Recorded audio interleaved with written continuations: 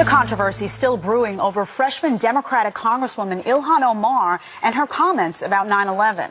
Now, a number of 2020 Democrat hopefuls coming to her defense, including Jay Inslee, Elizabeth Warren, and Bernie Sanders, who praised her, quote, strength and courage. The president responded to Omar's comments with a video and the promise we will never forget. Here to react is media reporter for The Hill and radio talk show host on WOR, Joe Concha.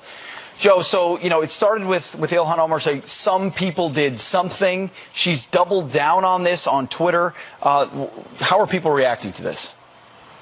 Doubled down also, Pete, in terms of evoking President George W. Bush at the time and comparing her words, which were dismissive and flippant, with George W. Bush just 3 days after 9/11 with a megaphone in his hand. We all remember it, saying the people that did this, we're going to hear from all of them soon. There is zero comparison on that.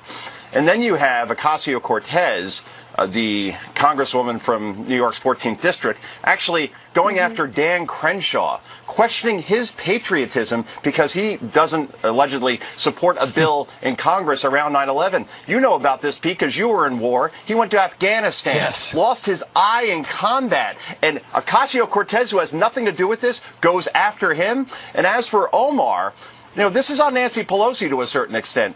Omar is still on committees. If Nancy Pelosi wants to get a hold of the freshman woman in her party, that, let's face it, they're going to be a face of the 2020 election just as much as anybody else. If you're Donald Trump or any Republican, you're going to exploit that. You need to take her off committees and do more than what she said about Ocasio Cortez, where she said, while there are people who have a large number of Twitter followers, what's important is that we have a large number of votes on the House floor. No, Nancy, you have to talk to these people and say, you are hurting us. You need to control yourselves. But with Twitter, guys, that's the problem. You can't control yourself because there is no filters, no one to tell you to stop when you start using those thumbs. You're right. Joe, we actually have a tweet from AOC, who has been one of the fiercest defenders of Representative Omar, saying members of Congress have a duty to respond to the president's explicit attack today.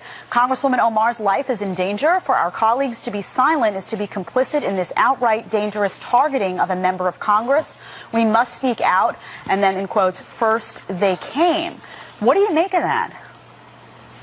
I think that Alexandria Ocasio-Cortez, and I feel like she's been in office for 3 years. It's only been 3 months, believe it or not.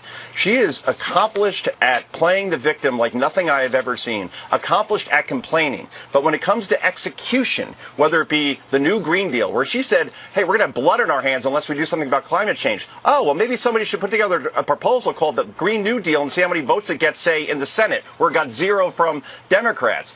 She's horrible at execution. In New York here, Amazon's no longer coming with 150,000 jobs and $30 billion in revenue. So she's done nothing but bad things so far. And in these situations, it's always she evokes gender, she evokes color. And last check, Concha is Latino. So let's not even go there in terms of that card.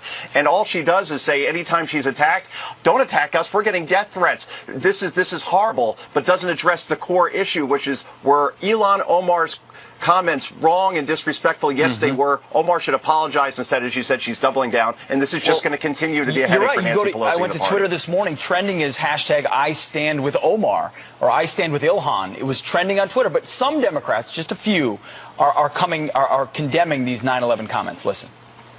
Okay. This is insensitive and it's offensive. On 9/11, radical terrorists attacked us. New York City lost thousands of people. No one should refer to what happened on 9/11 with terrorist attacks that killed thousands of Americans as something by some people. So, Joe, this wasn't a misstatement. This was a statement of her view. Does this change any time soon?